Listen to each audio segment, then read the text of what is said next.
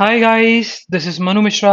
So welcome back with a session जिसमें आज हम लोग 6 अक्टूबर के द हिंदू न्यूज़पेपर का एनालिसिस करेंगे। So here we start the analysis of today's newspaper. So the first news हमारे लिए बिल्कुल भी इंपॉर्टेंट नहीं है। रीजन बीइंग क्योंकि ये पूरी की पूरी न्यूज़ लखीमपुर खीरी से रिलेटेड है। तो लखीमपुर खीरी में जो इंसिडेंट हुआ जिसमें 8 लोगों की डेथ हुई, उसके बारे में बताया गया। तो it's totally about the politics. यही बताया था कि प्रियंका गांधी गई, प्रियंका गांधी को अरेस्ट कर लिया गया, उनको रिलीज भी नहीं किया गया। फिर उन्हें वायरल वीडियो भी हो गया कि बीजेपी के जो मिनिस्टर हैं, जो कि मिनिस्टर ऑफ स्टेट भी हैं, minister of state of home affairs Ajay Mishra, उनके बेटे इन्वॉल्व हैं। छत्तीसगढ़ के चीफ मिनिस्टर के बारे में बताया गया। छत्तीसगढ़ के चीफ मिनिस्टर जो हैं वो भी इन्वॉल्व रहे। एयरपोर्ट आए, वो देखने आए थे, बट उनको एंटर नहीं करने दिया गया। ये सब चीज़ों के बारे में तो नहीं पढ़ना है। It's totally about the politics. तो पॉलिटिक्स वाली न्यूज़ हमें बिल्कुल नहीं डिस्कस करनी है। हम लोग इस चीज़ को बिल्कुल स्किप कर देंगे। Moving further, so we discuss will move to the first news, जो कि आज न्यूज़पेपर हमारी पहली न्यूज इंपॉर्टेंट है। That is about the Nobel prize. So कल हमने पढ़ा था कि नोबेल प्राइज मेडिसिन की फील्ड में मिला है। मेडिसिन का मतलब बायो की फील्ड में बोल सकते हैं। जैसे कि फिजिक्स, केमिस्ट्री, बायो होता है, तो बायो की फील्ड में मतलब मेडिसिन की फील्ड में मिल चुका है। तो मेडिसिन की फील्ड में मिला था क्योंकि दो साइंटिस्ट ने रिसेप्टर डिस्कवर किया था ह्यूमन बॉडी की स्किन पर, जिससे हम लोग हमारी जो स्किन है वो हीट और प्रेशर सेंस कर पाती है। ठीक है, तो receptor is a sense organ जिसे हम लोग सेंस करते हैं बहुत सारी चीजें। तो वही चीज रिसेप्टर हमारे स्किन पे ही पाएंगे। लेकिन फिजिक्स की बात करें तो फिजिक्स में 3 लोगों को नोबेल प्राइज मिला है। ओके, 3 लोगों को नोबेल प्राइज मिला है।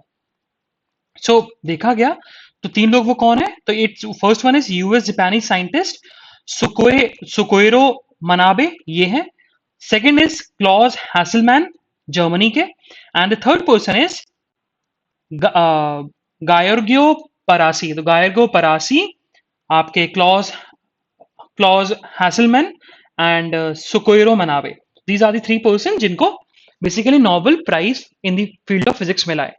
अब अगर हम बात करें तो नोबेल फिजिक्स प्राइज जो मिला है ना आपके सुकोइरो मनाबे और क्लॉज हैसलमैन को, वो मिला आपको किसकी फील्ड में? The physics Nobel physics prize for climate model. तो इन्होंने क्लाइमेट मॉडल पर रिसर्च करी। ठीक है, क्लाइमेट मॉडल को बनाने में रिसर्च करी। और जो आपके इटली के जो पर्सन है, इटली के जो फिजिसिस्ट हैं, गराइगो पैरेसी, तो गराइगो पैरेसी को बेसिकली नोबेल प्राइज मिला है। नोबेल प्राइज मिला है फिजिक्स फील्ड फॉर व्हाट? क्योंकि इन्होंने वर्क किया है अबाउट दी कि हाउ फिजिकल सिस्टम में फ्लक्चुएशन होता है और डिसऑर्डर होता है। ये चीज बताने की कोशिश करी है। ओके, तो बस इतना याद रखना कि इन 3 लोगों को नोबेल प्राइज मिला है इन the field of physics. Medicine में भी याद रखना और किस चीज में मिला है। मेडिसिन वाला तो इजी है कि रिसेप्टर वाला। दिस वन तो मॉडल इन दी क्लाइमेट को लेकर क्लाइमेट मॉडल पे रिसर्च करिए। और फिजिकल सिस्टम में जो डिसऑर्डर और आपके डिसऑर्डर और फ्लक्चुएशंस होते हैं उसके बारे में डिस्कस किया गया। Now the next news it's about Moody.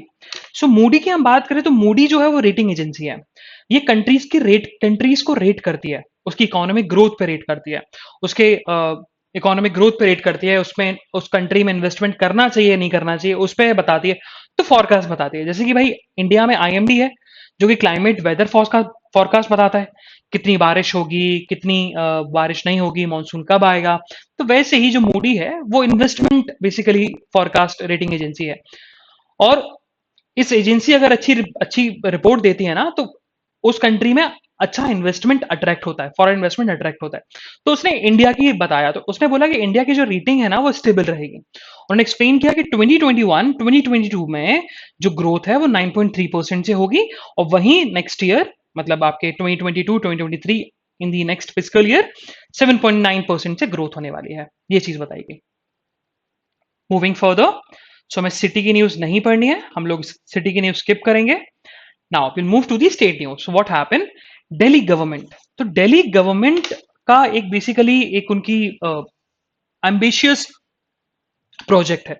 अब वो एम्बिशियस प्रोजेक्ट ये है कि वो लोग राशन को डोर स्टेप पर डिलीवर करेंगे, मतलब घर घर जाके राशन को डिलीवर करवाने का उनका प्रोजेक्ट है।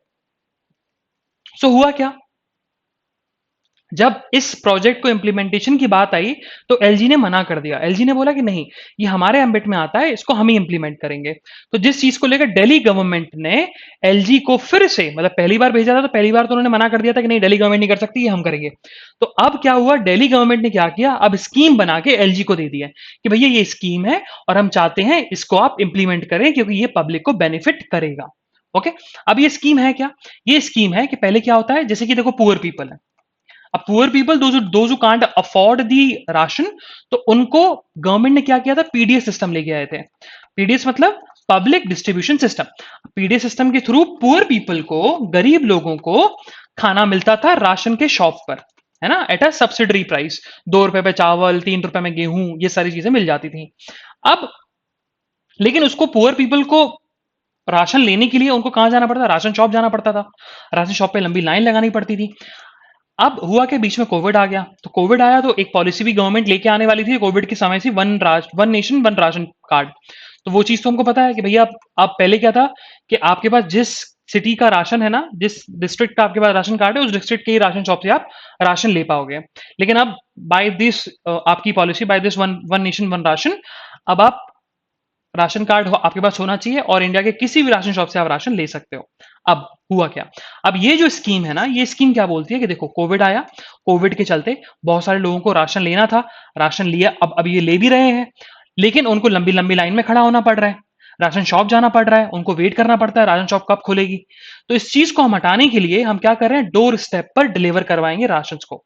तो जो अगर ये स्कीम इंप्लीमेंट होती है तो राशन कार्ड होल्डर्स जो हैं उनको राशन शॉप्स खुलने का इंतजार नहीं करना पड़ेगा, लंबी लाइनों में खड़ा नहीं होना पड़ेगा, और उनके घर पर ही जो बेनिफिशियरीज हैं उनके घर पर ही सील्ड पैकेट में उनको राशन प्रोवाइड कर दिया जाएगा। बस बेनिफिशियरीज को क्या करना पड़ेगा, अपना थंब इंप्रेशन देना पड़ेगा जब वो राशन रिसीव करेंगे। Okay, moving further. So on the next state page, तो अभी 23rd of September को गुवाहाटी, 23rd of September को in the state of Assam, Darrang region में, जब असम अथॉरिटीज ने, पुलिस अथॉरिटीज ने वहां के लोगों को हटाना स्टार्ट किया, क्योंकि उन लोगों ने गलत तरीके से गवर्नमेंट की प्रॉपर्टी को इंक्रोच करके रखा हुआ था और गवर्नमेंट उस प्रॉपर्टी को खाली करवा रही थी, इविक्ट करवा रही थी, जिसके चलते जो इविक्शन का काम था वो थोड़ा वायलेंट हो गया और 2 लोगों की डेथ हो गई। अब ये इशू इसी वजह से इतना बड़ा इशू बन गया, क्योंकि जब हम असम की बात करते हैं तो असम में जो अभी गवर्नमेंट है वो बेसिकली बीजेपी की है, और बीजेपी को बोला जाता है कि ये हिंदुत्व वाली गवर्नमेंट होती है, ऐसा ऐसा लोग बोलते हैं, है ना, और कुछ हद तक सही भी है कि ये थोड़ी सी इसकी जो आइडियोलॉजी है वो राइट विंग आइडियोलॉजी पार्टी है। और असम के जो चीफ मिनिस्टर है वो हेमंत बिश्वा शर्मा है, तो उनको बिल्कुल बिल्कुल वैसे ही है जैसे योगी आदित्यनाथ थे, उनकी वैसी ही इमेज है कि वो थोड़े राइट विंग के हिंदुत्व वाले हैं, हिंदूज को ज्यादा सपोर्ट करते हैं, वैसी इमेज है उनकी। तो अब 2 लोगों की जो डेथ हुई, वो 2 लोग जो थे वो बेसिकली बंगाली मुस्लिम्स थे। तो और ज्यादा ये नेशनल वाइड इशू बन गया कि बीजेपी गवर्नमेंट जो है वो मुस्लिम्स को सेकंड ग्रेड सिटीजन मानती है, उनको उनको उनके राइट्स नहीं दिए जाते, ये सारी चीजें। तो वही है, तो जो इशू था, जो केस है, इविक्शन वाला केस है जिसमें 2 लोगों की डेथ हुई, अब वो केस कहां पहुंच गया, गुवाहाटी हाईकोर्ट। अब गुवाहाटी हाईकोर्ट ने कॉग्निजेंस ले लिया है इस केस का, गुवाहाटी हाईकोर्ट इस चीज पर अब एड्रेस करेगा, जजमेंट देगा। मूविंग फर्दर, तो कल हमने एक न्यूज पढ़ी थी और न्यूज में यह था कि हर्षवर्धन श्रृंगला जो श्रीलंका गए, और श्रीलंका गए तो उन्होंने वो डिस्कस किया था कि हम लोग श्रीलंका और इंडिया में फेरी सर्विस स्टार्ट करेंगे, कनेक्टिविटी स्टार्ट कर देंगे। तो वहीं जो पौंडीचेरी की लेफ्टिनेंट गवर्नर है तमिलसाई सौंदरराजन, उनका कहना है कि ऑलरेडी फेरी सर्विस है, तमिलनाडु के करिकल से और श्रीलंका के जफाना को कनेक्ट करता है, लेकिन हमारे पास मिनिस्ट्री ऑफ एक्सटर्नल अफेयर्स का अप्रूवल नहीं है। अगर वो अप्रूवल दे दें तो हम लोग फेरी सर्विस जो है वो हम स्टार्ट कर देंगे, ये चीज बताई गई। Moving further, so again on the state page, तो कल 4 स्टेट में सर्वे हुआ। वो 4 स्टेट कौन, आंध्र प्रदेश, केरला, तमिलनाडु एंड कर्नाटका। इन 4 स्टेट में सर्वे किया गया अबाउट दी प्रधानमंत्री जन आरोग्य योजना स्कीम जो थी उसको लेकर, कि इस स्कीम के थ्रू किन किन लोगों को बेनिफिट पहुंचा है, किन किन लोगों को बेनिफिट पहुंचा है, और ड्यूरिंग द पैंडेमिक स्पेशली। तो वही बताया गया कि because of this scheme exist करती थी, लेकिन majority around 85% of the population, जो लोग इन्फेक्ट हुए हैं कोविड 19 से या उनको हेल्थ प्रॉब्लम हुई है टिल अगस्त 2021 में, इस स्कीम से उनको बेनिफिट नहीं हुआ। उनको जो पैसा है वो पैसा या तो अपने बैंक अकाउंट से देना पड़ा, या उन्होंने पैसा जो है वो बोरो किया है सम लेंडर्स या सम अदर प्राइवेट पर्सन से। प्रधानमंत्री जन आरोग्य योजना के अंडर बेनिफिट नहीं किया गया 85% ऑफ द पॉपुलेशन को, ये बताया गया among the 4 states. Moving further, so what happen, so Karnataka में एक श्रीन है, बाबा बदूनगिरी श्रीन। तो बाबा बदूनगिरी श्रीन की हम बात करें तो ये दोनों कम्युनिटीज, दोनों रिलीजन कम्युनिटीज, हिंदू और मुस्लिम्स के लिए रेलेवेंस रखते हैं। और 2018 में कर्नाटका गवर्नमेंट ने क्या किया था, कर्नाटका गवर्नमेंट ने बोल दिया था कि श्रीन की जो पूजा है, रिलीजियस प्रैक्टिसेस है, वो कौन करेगा, मुजावर करेगा। अब मुजावर कौन होता है, मुजावर जैसे कि प्रीस्ट, हिंदू में हम प्रीस्ट को पंडित बोलते हैं, तो वैसे ही मुस्लिम्स में प्रीस्ट को मुजावर बोला जाता है। तो वही चीज हुई, तो अब कोर्ट ने फिर इस ऑर्डर को कॉज कर दिया था, 2018 में ही कॉज कर दिया था आपके हाई कोर्ट ने, और बोला था कि नहीं भाई, क्योंकि बाबा बुदानगिरी श्रीन जो है वो हिंदूज के लिए रेलेवेंस रखता है, मुस्लिम्स के लिए रेलेवेंस रखता है। तो अगर आप ये बोलोगे कि सिर्फ मुजावर ही रिलीजियस प्रैक्टिस करेगा तो वो गलत है, हिंदूज के सेंटिमेंट्स हर्ट हो रहे हैं। तो उस चीज को लेकर केरला की जो कैबिनेट है, उन्होंने केरला केरला की कैबिनेट, मतलब कैबिनेट को तो हेड चीफ मिनिस्टर ही करता है, वसवराज बोमई। तो वसवराज बोमई ने डिसीजन लिया है कि इस चीज को लेकर, इशू को रिजॉल्व करने के लिए हम लोग केरला कैबिनेट पैनल बनाएंगे। उस पैनल को हेड मैं करूंगा, और भी अदर्स मिनिस्टर्स होंगे, जैसे कि सॉरी, हेड कौन करेगा, law and parliamentary affair minister करेंगे, ना कि मैं करूंगा। ये चीज उन्होंने बोली है, और इस इशू को रिजॉल्व किया जाएगा। Moving further, so on the editorial page, तो आज हमारे पास 3 एडिटोरियल इंपॉर्टेंट है। सो the first one is about the RBI, तो इसको अपन पढ़ेंगे, डिटेल में डिस्कस करेंगे, बहुत ही इंटरेस्टिंग है। थोड़ा सा बिट डिफिकल्ट होगा, रीजन बीइंग माइक्रो फाइनेंस और इकोनॉमिक्स से रिलेटेड है, और थोड़ा सा आरबीआई से रिलेटेड है, मॉनेटरी सेंस से रिलेटेड है, लोन से रिलेटेड है। तो ये डे टू डे लाइफ में होता नहीं है, हम लोग यहाँ डिस्कस भी नहीं करते, क्योंकि ये कोई तालिबान और एयू के यूएस क्वाड ग्रुप के बारे में तो है नहीं कि हम लोग डेली पढ़ते हैं, उसके बारे में हम लोग को न्यूज में दिखता है। नहीं, इट्स अबाउट द इकोनॉमिक्स, लेकिन समझने की कोशिश करना, इजी लगेगा, मतलब डिफिकल्ट तो है, बट हाँ, इजी करने की कोशिश करेंगे, समझने की कोशिश करेंगे पूरी तरीके से कि है क्या, ये कहानी क्या है पूरी। Okay, second one, it's about the detail in relief, इसको अपन डिस्कस करने वाले हैं। It's about the supreme court order जो कल आया था, उसको अपन डिस्कस करेंगे। And the third one is the challenge of going back to school, इसको अपन डिस्कस करने वाले हैं। तो 3 एडिटोरियल हमारे लिए आज की न्यूज़पेपर में इंपॉर्टेंट है। So first we discuss the first editorial, that is about the RBI micro finance proposal that are anti poor। तो बताया गया कि भैया जून 2021 में आरबीआई ने एक रिपोर्ट पब्लिश करी, और इस रिपोर्ट का नाम था consultative document on regulation of micro finance. ठीक है, ये डॉक्यूमेंट दिया।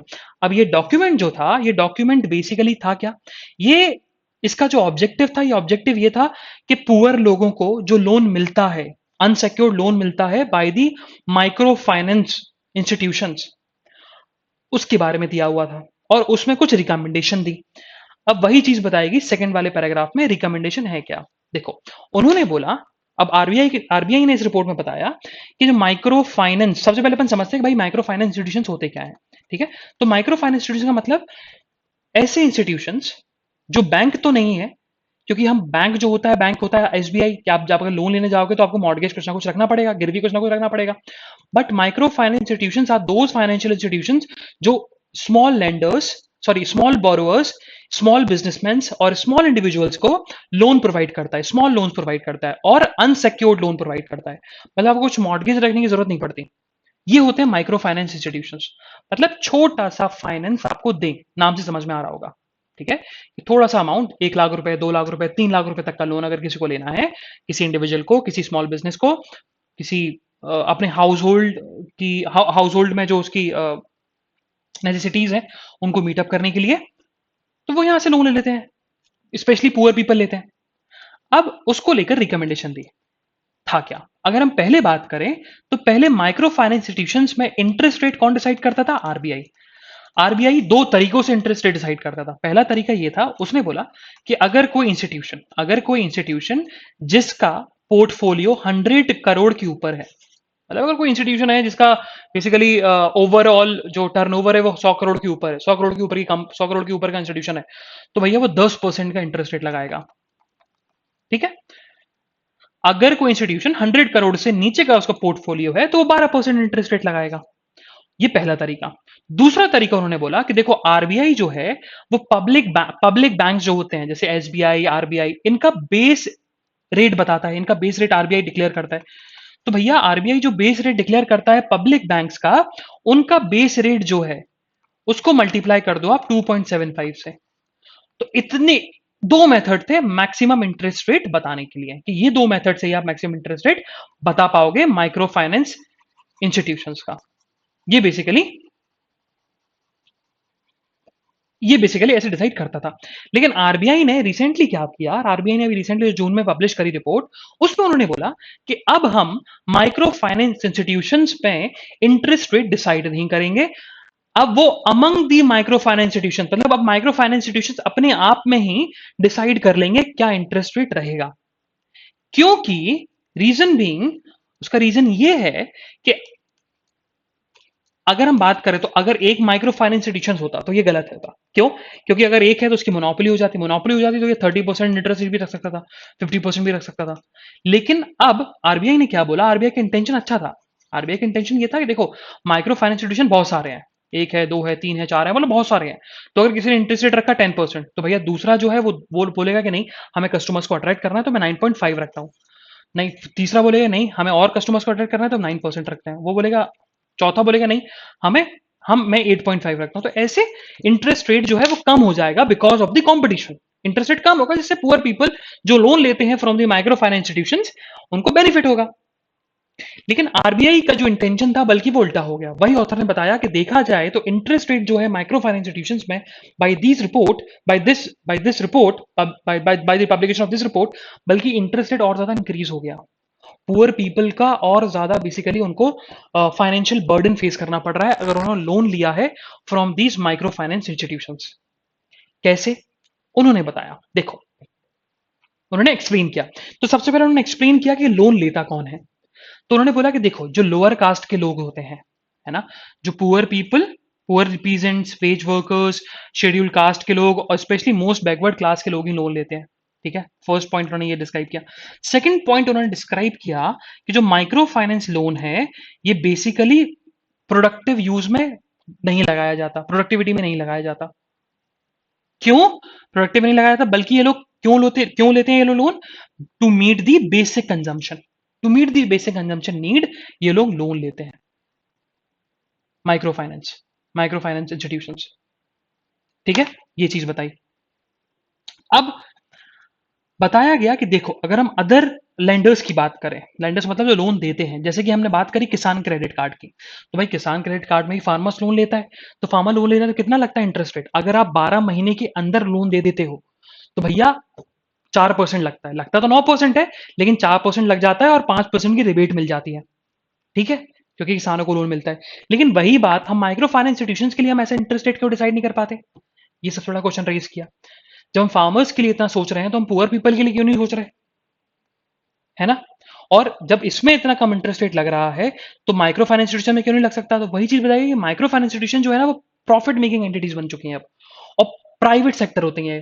तो प्राइवेट सेक्टर तो भैया बिजनेस करेगा, उसको तो अपना प्रॉफिट जनरेट करना है, इसी के चलते लोन जो है वो ज्यादा लगता है। तो बताया गया कि देखो देखा जाए तो बेस प्राइस से ज्यादा लोन तो लगता ही है। तो भाई ऑथर ने एक्सप्लेन किया कि देखा जाए तो नॉर्मल रेट जो बताते हैं माइक्रो फाइनेंस इंस्टीट्यूशंस कि भैया नॉर्मल रिटर्न बता दिए 20% या 15%, उससे ज्यादा का इंटरेस्ट रेट लगता है, उससे ज्यादा का इंटरेस्ट रेट लग जाता है, इंटरेस्ट लग जाता है और कस्टमर्स को पता भी नहीं लगता। कैसे? देखो मान के चलते हैं, एग्जाम्पल दिया गया पूरा कि अगर किसी ने 100 रुपीज का लोन लिया तो आप प्रिंसिपल अमाउंट पे ही इंटरेस्ट लगाते हो, है ना, प्रिंसिपल अमाउंट पे ही आप इंटरेस्ट लगाते हो। तो हुआ क्या, आपने प्रिंसिपल अमाउंट पे इंटरेस्ट लगाया, ठीक है, तो आप इंस्टॉलमेंट दे दो। जैसे आपने, मैंने मान के चलो कोई पर्सन ए है, ठीक है, कोई पर्सन ए है और ए ने लोन लिया माइक्रो फाइनेंस इंस्टीट्यूशन से 100 रुपीज का लोन। तो अब 100 रुपीज का अगर वो लोन ले रहा है तो ऑब्वियसली बात है इंस्टॉलमेंट में देगा। तो इंस्टॉलमेंट बन गई किसकी? 10-10 रुपए की इंस्टॉलमेंट बन गई। ठीक है, 10 रुपए की इंस्टॉलमेंट बन गई, कितने मंथ तक? 10 मंथ तक। होता क्या है कि माइक्रो फाइनेंस इंस्टीट्यूशन करते क्या है, ये लोग इंस्टॉलमेंट बना दी इतने महीने की, और 20% से इंटरेस्ट रेट लग गया, तो उसको हर महीने कितने रुपए देने हैं? 12 रुपए देने हैं, है ना, क्योंकि 2% इंटरेस्ट रेट देना है। तो करते क्या है, अब जो इंटरेस्ट लगता है वो प्रिंसिपल अमाउंट पे लगता है। जैसे 10 रुपए दिए, 10 रुपए का 2% कितना हो गया? 10 रुपए का 20% कितना हो गया? 2 रुपए, 12 रुपए। अब ये लोग क्या करते हैं कि प्रिंसिपल अमाउंट को मंथली वाइज डिक्रीज करते जाते हैं, जिससे मंथ इंक्रीज होते जाते हैं और इंटरेस्ट रेट लॉन्गर टर्म तक बढ़ता जाता है। तो जो बेसिकली लोन आपका 10 टू आपका लोन जो 20% था, वो 20% से 22 से 26% हो जाता है बाय बाय दिस पॉलिसी, और कस्टमर्स को पता नहीं लगता, क्योंकि ये लोग प्रिंसिपल अमाउंट को डिक्रीज करते जाते हैं। ऐसा बताएगा इंस्टॉलमेंट में, ऐसा बताएगा। तो ऐसे ये लोग जो माइक्रो फाइनेंस इंस्टीट्यूशंस हैं, ऐसे ये लोग बेसिकली स्टेप्स लेते हैं जिससे पुअर पीपल पे लोन ज्यादा लग जाता है। ओके, क्योंकि अब पुअर लेता कौन है भाई? पुअर पीपल, शेड्यूल क्लास के लोग लोन तो लेते हैं। फिर आगे उन्होंने एक्सप्लेन किया, कि ऊपर से 1% की प्रोसेसिंग फीस भी लगाई जाती है। ये उन्होंने एक्सप्लेन करी, 1% की प्रोसेसिंग फीस भी उन्होंने लगाई जाती है।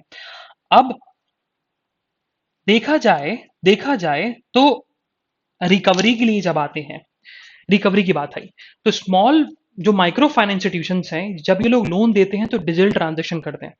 डिजिटल ट्रांजेक्शन का मतलब लोन दिया तो आपके बैंक अकाउंट में आएगा, लेकिन जब रिकवरी होती है तो कैश में होती है। और जब कैश में होती है तो जो बेसिकली कलेक्टर्स होते हैं, लोन कलेक्टर्स होते हैं, ऐसा आरबीआई की गाइडलाइन है कि आप लोन घर पे जाके नहीं मांगोगे, है ना। आरबीआई गाइडलाइन है कि आप लोन जो है घर पे जाके नहीं मांग सकते, लोग किसी के घर पे जाके नहीं मांग सकते, लेकिन लोन कलेक्टर्स घर पे जाके मांगते हैं पैसा, जिससे उनको एम्बैरेसमेंट फील होना पड़ता है अमंग नेबर्स। ये चीज बताई गई, ठीक है, ये चीज बताई गई, लाउडर वॉइस मांगते हैं इसको, उनको शेमिंग फील करनी पड़ती है in front of the neighbours. अब यही बताया गया कि देखा जाए तो अब माइक्रो फाइनेंस इंस्टीट्यूशन जो है वो प्रॉफिट फाइनेंशियल एजेंसीज बन चुकी हैं, प्रॉफिट फाइनेंशियल रेगुलेटेड एजेंसीज बन चुकी हैं, ठीक है। और बताया गया कि अब कोविड की हम बात करें तो कोविड के समय के बाद, आफ्टर कोविड-19, लोगों को पैसे की जरूरत है, तो और वो ज्यादा लोग लोन ले रहे हैं। हाँ, प्री कोविड के समय लोन कम लिया लोगों ने, लेकिन अब लोग ज्यादा लोन ले रहे हैं। अब ज्यादा लोन ले रहे हैं तो बल्कि इंटरेस्ट रेट और बढ़ाया जा रहा है। तो देखा जाए तो मेजोरिटी, बहुत ज्यादा पॉपुलेशन जो है इससे अफेक्ट होगी, तो गवर्नमेंट को स्टेप लेना चाहिए। तो वही चीज आरबीआई की रिपोर्ट में खुद आया था कि अगर हम बात करें तो आरबीआई की रिपोर्ट में खुद आया था कि 31% ऑफ दी जो स्मॉल लोन्स होता है वो माइक्रो फाइनेंस इंस्टीट्यूशन देते हैं, 19% होते हैं वो देते हैं स्मॉल फाइनेंशियल बैंक देते हैं, और जो आपके आपके 9% कौन देता है? एनबीएफसी देते हैं, नॉन बैंकिंग फाइनेंशियल कंपनीज देती हैं। और रिमेनिंग 41% बता, 41% कौन देता है लोन? आपका पब्लिक सेक्टर बैंक देते हैं। तो ऑथर का कहना यही है कि अगर हमें लोगों को बचाना है, जनता को बचाना है, तो हमें यही करना पड़ेगा कि हमें जो पब्लिक सेक्टर बैंक्स है, पब्लिक सेक्टर बैंक्स की परसेंटेज को बढ़ाना पड़ेगा। मतलब वो लोग अगर लोन दें, क्योंकि उसमें इंटरेस्ट रेट कम रखता है और आरबीआई गाइडलाइंस को पूरी तरीके से फॉलो किया जाता है, तो ये चीज़ करनी चाहिए। लेकिन ऑथर ने यही बोला है कि देखा जाए तो इन फ्यूचर जो परसेंटेज है माइक्रो फाइनेंस, आप जो जो परसेंटेज है पब्लिक सेक्टर बैंक्स का 41%, वो और डिक्रीज हो जाएगा। फिर ऑथर ने यही बोला है कि हाँ, इस चीज़ को अगर हमें रोक के रखना है तो माइक्रो फाइनेंस इंस्टीट्यूशन जो है वो 12% पर एनम से ज़्यादा इंटरेस्ट रेट इंक्रीज ना हो किसी भी कंडीशन में। मूविंग फॉर नेक्स्ट एडिटोरियल जो है, इट्स अबाउट सुप्रीम कोर्ट। तो सुप्रीम कोर्ट ने अभी बेसिकली कल जजमेंट दिया था, कल ऑर्डर निकाला था, क्योंकि सेंट्रल गवर्नमेंट ने, जब हुआ क्या था कि एक पिटीशन फाइल हुई थी, मल्टीपल पिटीशन फाइल हुई थी सुप्रीम कोर्ट में कि कोविड-19 में जिन लोगों की डेथ हुई है, तो क्या सेंट्रल गवर्नमेंट उनको कंपनसेशन देगा? तो सेंट्रल गवर्नमेंट ने बहुत बाद में बोल दिया था, ठीक है हम लोग कंपनसेशन देंगे, जिनकी कोविड-19 में डेथ हुई है उनकी फैमिली मेंबर्स को 50,000 रुपीज का एक्स ग्राटिया कंपनसेशन मिलेगा। और ये जो कंपनसेशन का अमाउंट है, ये कंपनसेशन का अमाउंट किससे दिया जाएगा? स्टेट डिजास्टर रिजर्व फंड से दिया जाएगा, ये बोल दिया था। अब अब अगर हम बात करें तो अब अगर हम बात करें तो हाँ, अगर अब हम बात करें आगे, हुआ क्या कि स्टेट जो है ना, स्टेट जो है, अब पहले जो देना था एक्स्ट्रा कंपनसेशन, वो सेंटर ने बोल तो दिया, लेकिन सेंटर ने हम रिस्पॉन्सिबिलिटी हटा दी। सेंटर बोला कि नहीं, हम रिस्पॉन्सिबल नहीं होंगे, स्टेट गवर्नमेंट रिस्पॉन्सिबल होगा, स्टेट गवर्नमेंट लोन देगा। तो कल सुप्रीम कोर्ट ने इस चीज को और ज्यादा तरीके से स्ट्रांगली बोल दिया कि कोई भी स्टेट गवर्नमेंट चाहे वो बीजेपी रूलिंग स्टेट हो, चाहे वो नॉन बीजेपी रूलिंग स्टेट हो, कोई भी स्टेट एक्स ग्राटिया कंपनसेशन देने से मना नहीं कर सकता, है ना। और एक इशू पे उन्होंने और डिस्कस किया, क्योंकि ये सबसे बड़ा इशू यही था, क्योंकि कोविड के समय लोगों की रियलिटी में डेथ कोविड 19 से हुई है, वायरस से हुई है, बट डॉक्टर्स ने अपने हॉस्पिटल्स की इमेज बचाने के लिए, गवर्नमेंट की इमेज बचाने के लिए डेथ सर्टिफिकेट्स पर कोमोबिलिटीज लिख दिया, कॉज ऑफ डेथ कुछ और लिख दिया, बल्कि कोविड 19 लिखना चाहिए था, नहीं लिखा। तो अब उन डॉक्यूमेंट्स को माना जाएगा कि नहीं माना जाएगा, सबसे बड़ा क्वेश्चन यही है, क्योंकि गवर्नमेंट ने बोला कि हम उन डेथ सर्टिफिकेट्स को मानेंगे जिसपे कॉज ऑफ डेथ कोविड 19 हो। तो वही ऑथर ने बोला है, और सुप्रीम कोर्ट ने बोला है कि देखो, अगर डॉक्यूमेंट्स में अगर लिखा हुआ है बाय कोमोबिलिटीज, लेकिन रियलिटी कोविड 19 से डेथ हुई है, तो फिर कंपनसेशन उसको ग्रांट किया जाएगा। अगर कहीं से भी प्रूफ होता है कि उसकी कोविड 19 उसको इन्फेक्शन था, कहीं से भी अगर प्रूफ होता है, फिर ऑथर ने फिर सुप्रीम कोर्ट ने खुद बोला है कि हम डिस्ट्रिक्ट लेवल पर ग्रीवियांस रिड्रेसल मैकेनिज्म बनाएंगे, अगर जिसका भी जो कंपनसेशन है वो फंसा हुआ है या पेंडिंग पड़ा हुआ है तो। Okay, moving further, next editorial जो है a challenge of going back to school, इसको अपन डिस्कस करेंगे।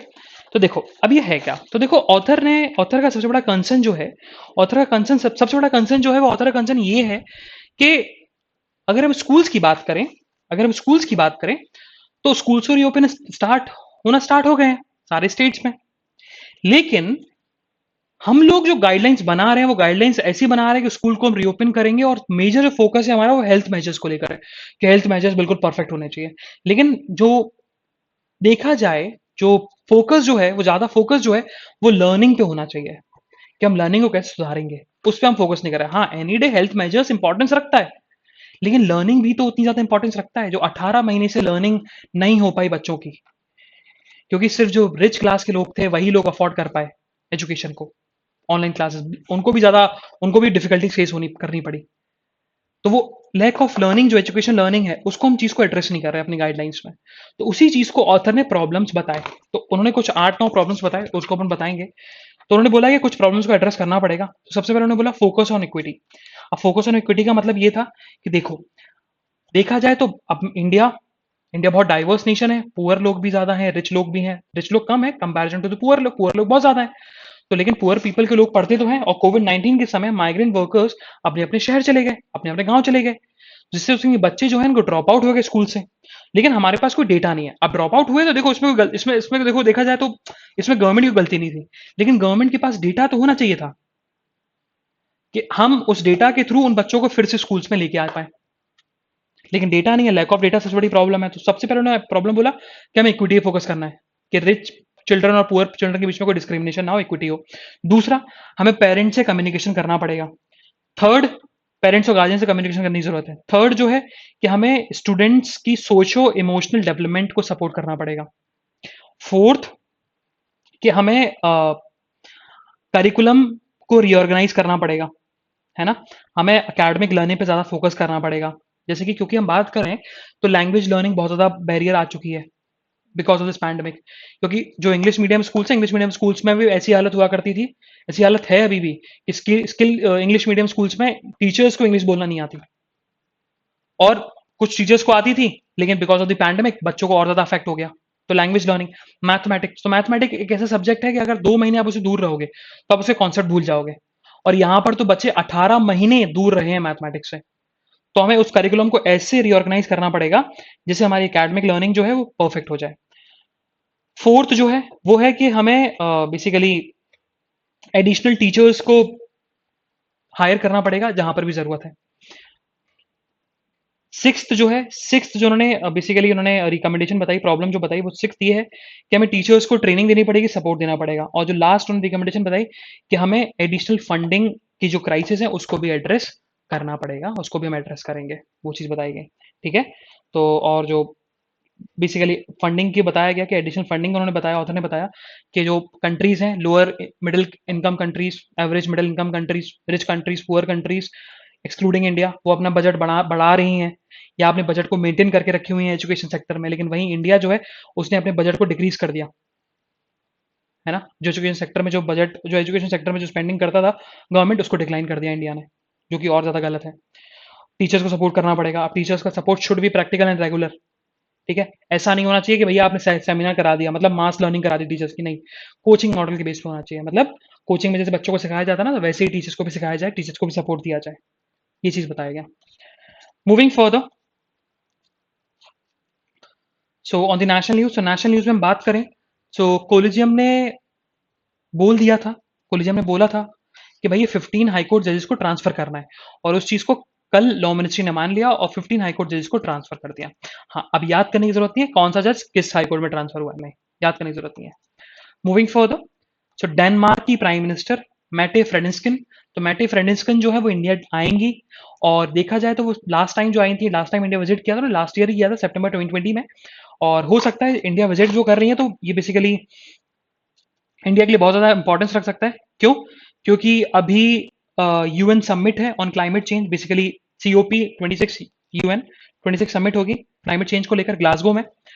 और अभी डेनमार्क जो है, डेनमार्क हम देखते हैं डेनमार्क ग्रीन एनर्जी बहुत ज़्यादा वर्क करता है, तो उस चीज़ को लेकर शायद अनाउंस हो सकता है क्या, ग्रीन स्ट्रेटेजिक पार्टनरशिप इंडिया और डेनमार्क के बीच में, और रिन्यूएबल एनर्जी में इन्वेस्टमेंट हो सकता है, ग्रीन टेक्नोलॉजी को सप्लाई कर सकते हैं डेनमार्क, क्लाइमेट पोजिशन और कार्बन इमिशन को कैसे रिड्यूस किया जाए उस चीज़ पर वर्क हो सकता है।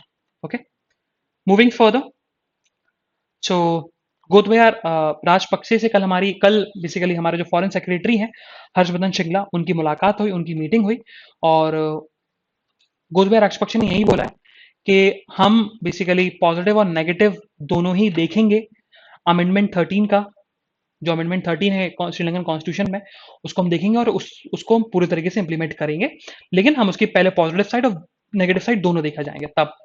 अब अमेंडमेंट 13 है क्या, तो बहुत दिनों से आ रहा है अमेंडमेंट 13 जो है, अमेंडमेंट 13 का कहना है कि देखो प्रोविंस इलेक्शंस होंगे हर 5 साल में, मतलब प्रोविंस इलेक्शन का मतलब स्टेट इलेक्शन जो है अगर इंडिया में, तो वही स्टेट इलेक्शन कराए जाएंगे, जिससे तमिलियंस का रिप्रेजेंटेशन होगा। दूसरा, अमेंडमेंट 13 जो है बोलता है कि हम सिन्हाला और तमिल दोनों को ऑफिशियल लैंग्वेज बनाएंगे श्रीलंका की, और इंग्लिश को लिंक्ड लैंग्वेज बनाएंगे, मतलब अगर किसी को तमिल नहीं आती और किसी को श्रीनाज नहीं आती, तो उनके बीच में जो कम्युनिकेशन है वो लिंक्ड लैंग्वेज के थ्रू होगा, वो है इंग्लिश, ये चीज बताई गई।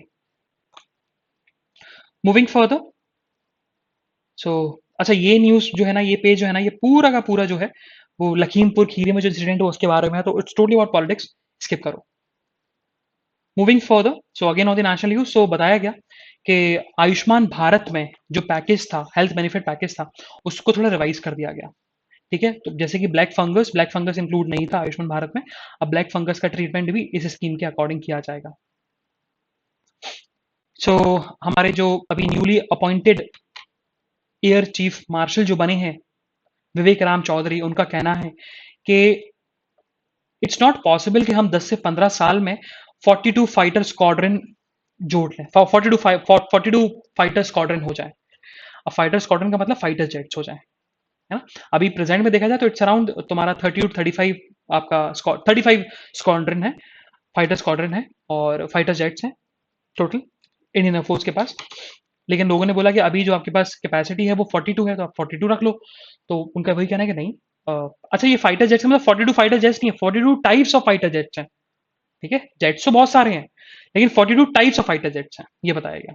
ये आपकी कैपेसिटी है, इन रियलिटी है कितनी, 35 इंडियन एयरफोर्स के पास। मूविंग फर्दर, सुप्रीम कोर्ट ने बेसिकली गवर्नमेंट को डांट लगाई है, और उन्होंने यही बोला कि मेडिकल की जो एजुकेशन है वो बिजनेस बन चुकी है, कोचिंग मतलब नीट के एग्जाम को लेकर उन्होंने बोला है कि पूरी तरीके से अब पेपर लीक हो जाते हैं, बिजनेस बन चुका है, पैसा लोग अर्न कर रहे हैं, तो वो बेसिकली स्लैम किया उन्होंने नीट में जो चेंजेस आए उसको, उस चीज को लेकर। सुप्रीम कोर्ट ने बोला है कि अगर कोई स्कूल में टीचर अपने स्टूडेंट्स को स्कोल्ड करता है, मतलब डांटता है, तो उसका मतलब ये नहीं है कि वो it's does not equivalent to abetment to suicide, इसका मतलब ये नहीं है, क्योंकि टीचर जब डांटता है उसका इंटेंशन अच्छा होता है बच्चे सुधारने का, उसका इंटेंशन खराब नहीं होता, और अबिटमेंट टू सुसाइड में मेंसरिया होती है, इट्स अ क्रिमिनल एक्ट, तो मेंसरिया गिल्टी माइंड, लेकिन स्कोल्डिंग में कोई मेंसरिया नहीं होता, इसके चलते scolding is not tantamount to, is not equivalent to the abetment of suicide. Moving further, so this something about business, तो बिजनेस न्यूज नहीं पढ़नी है, ऐसी कुछ न्यूज नहीं है हमारे एग्जामिनेशन पर्सपेक्टिव से। So from the world news में क्या है कि तालिबान अपनी सॉफ्ट इमेज दिखाने के लिए उन्होंने गर्ल्स को अलाउ कर दिया है कि भैया girls are allowed to return to their secondary schooling.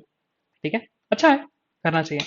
और पहली बार फिल्म की शूटिंग की जाएगी स्पेस में। वही चीज़ बताएगी, तो रशियन डायरेक्टर, तो ये पढ़ना पूरा कि कौन सी है मूवी और कौन सी मूवी की शूटिंग हो रही है और क्या सब है, तो लिख लेना एक जगह नोटबुक में। So it will be the first movie जो कि स्पेस में शूट की जाएगी। मूविंग फर्दर, स्पोर्ट्स न्यूज़ में से कुछ न्यूज़ नहीं है जिससे हम लोग हमारे एग्जामिनेशन पर्सपेक्टिव के लिए। सो हम लोग कल फिर मिलेंगे with some exciting news, some exciting current affairs. तब तक के लिए bye bye, have fun and enjoy your day. Bye bye guys.